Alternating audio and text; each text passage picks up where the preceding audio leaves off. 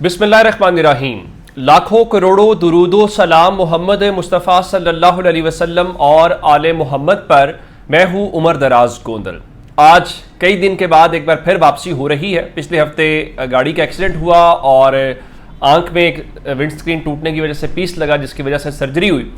तो अल्लाह ताला ने बड़ी करम नवाजी की है। आप सबकी दुआओं का बहुत शुक्रिया। मुझे बहुत लोगों ने कॉल्स की, मैसेजेस किए, अपने कंसर्न का इजहार किया। मैं पहले से ज़्यादा आपकी मोहब्बत का मकरूज़ हो गया हूँ। मैं कोशिश करूँगा जो कमियाँ कोताहियाँ थी उनको दूर करूँ, जो पहले गलतियाँ थी उनको दुरुस्त करूँ और आपके एतमाद के ऊपर पूरा उतरने की कोशिश करूँ। मैं डॉक्टर असद असलम साहब का भी शुक्रिया अदा करना चाहता हूँ, जिस मोहब्बत से, जिस शफ़क़त से, जिस तवज्जो से, जिस प्रोफेशनलिज्म से उन्होंने इस पूरे प्रोसेस को किया और जिस तरह से वो इवन फ़ोन के ऊपर अवेलेबल रहे। यहाँ मौजूद ना होने के बावजूद मैं ये बात हमेशा याद रखूँगा और मैं उनके लिए दुआगो भी हूँ। अल्लाह ताला उनको मज़ीद इज़्ज़त दे, तरक्की दे। और उनका पहले भी पाकिस्तान के लिए बड़ा किरदार है, हमने देखा कोविड के ज़माने में।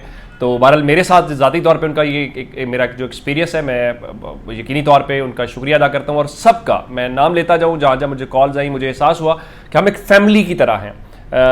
लोगों ने मुझे कहा आप कहाँ पे हैं, ज़ाहिर है कि कंसर्न का जैसे हालात वाक़यात है। तो मैं मुकम्मल बेड रेस्ट के ऊपर था।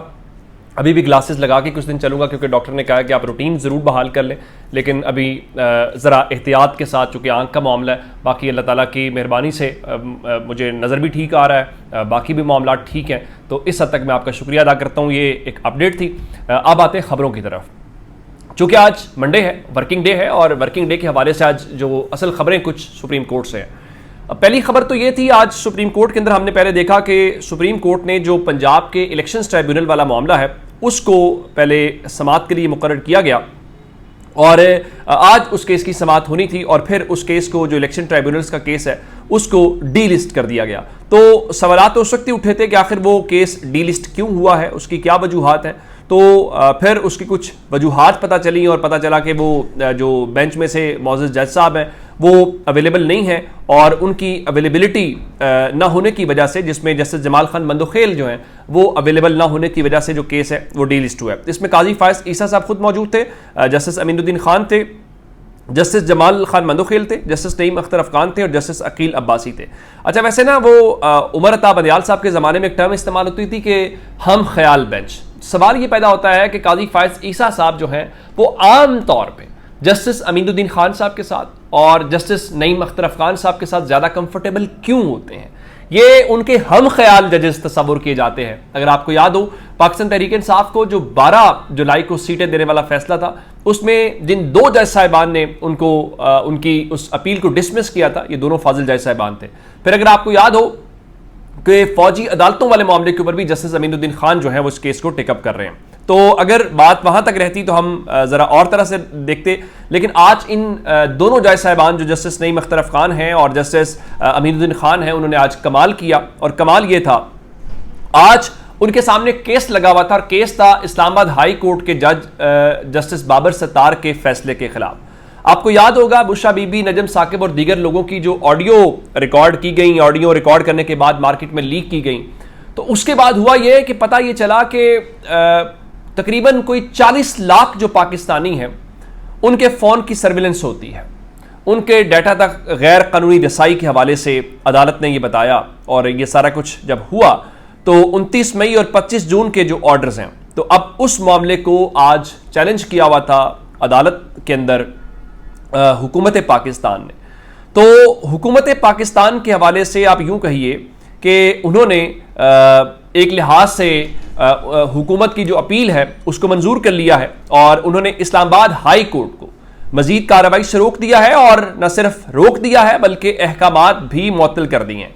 और इस दौरान जो जस्टिस नईम अख्तर अफगान और जस्टिस अमीनुद्दीन खान ने गुफ्तगू की है, वो तो मैं कहता हूँ क्या ही कमाल और क्या बात।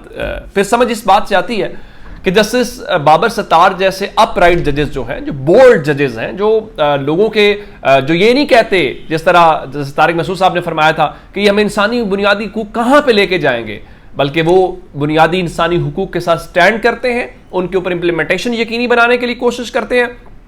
तो आज जस्टिस नईम अख्तर अफगान ने क्या फरमाया, उन्होंने कहा जी बदकिस्मती है कि सच जांचने और सच तक पहुंचने के लिए कोई तैयार ही नहीं है। ऑडियो लीक्स कमीशन के साथ ऐसा ही हुआ।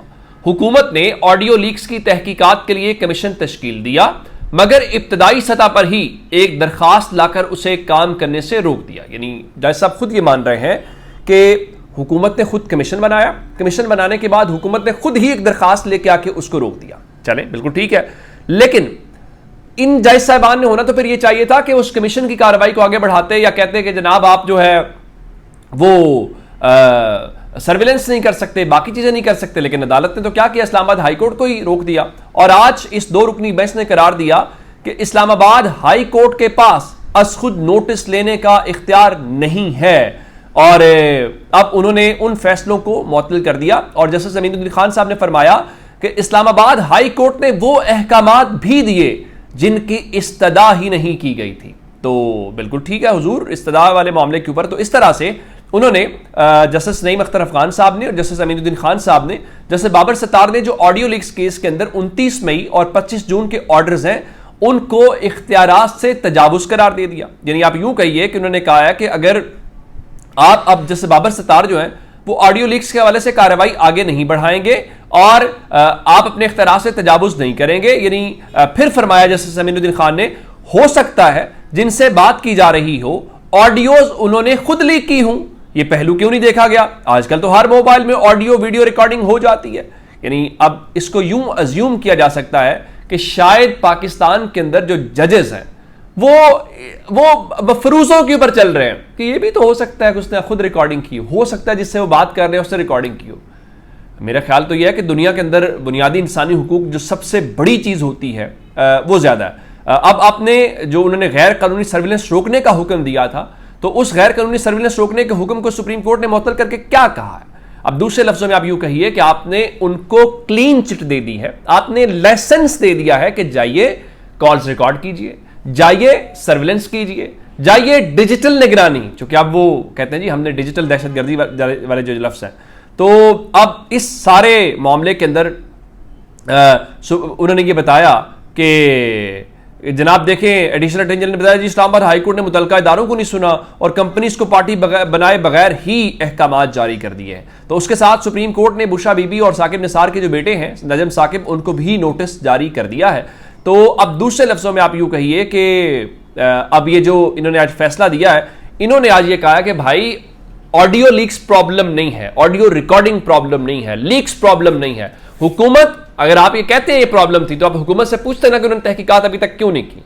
तो मेरे ख्याल से ये कोई अच्छा डिसीजन नहीं है। ये पाकिस्तान के लोगों के जो बुनियादी इंसानी हुकूक है उनकी पामारी का रास्ता मजीद खोलेगा और जज साहबान को बुनियादी इंसानी हुकूक के साथ खड़े होना चाहिए, ना कि हुकूमत की वजाहतों या मफरूजों के साथ उन्हें खड़ा होना चाहिए। दूसरी बात हामिद मीर साहब के मुतालिक बताऊंगा, और उन्होंने एक दरखास्त दायर की थी और दरखास्त ये थी कि जो फायर वॉल है और जो इंटरनेट स्लो करने के हवाले से दरखास्त है वो उन्होंने इस्लामाबाद हाई कोर्ट के अंदर किया था, जिसके ऊपर इतराज़ात लग गए थे। और 4 इतराज़ात ये थे कि जनाब इंटरनेट कनेक्टिविटी मुतासर होने से पिटिशनर का जरिया मौज कैसे मुतासर होगा, कोई दस्तावेज नहीं लगाई गई। यानी उनके मुताबिक हामिद मीर साहब का कोई, भाई हामिद मीर को छोड़े, यहाँ पे लाखों फ्रीलांसर्स हैं, आप उनके इंटरनेट को मुतासर कर रहे हैं, उनकी कमाई को कर रहे हैं। हुकूमत ने प्रेस कॉन्फ्रेंस कर दी, उन्होंने कहा जी हमने नहीं किया वीपीएन की वजह से। मैं इस फोन में वीपीएन नहीं इस्तेमाल करता हूं, इस फोन में इंटरनेट कैसे स्लो हो गया भाई? चले जिसमें वीपीएन है उसमें तो समझ आती है।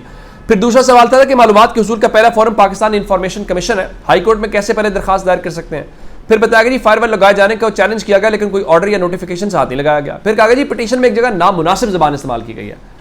जिन्होंने ये सब कुछ लगाना है, ये फायरवॉल लगाई है, तो आपको लगता है कि वो नोटिफिकेशंस के पाबंद हैं या वो इस चीज़ के हवाले से होंगे?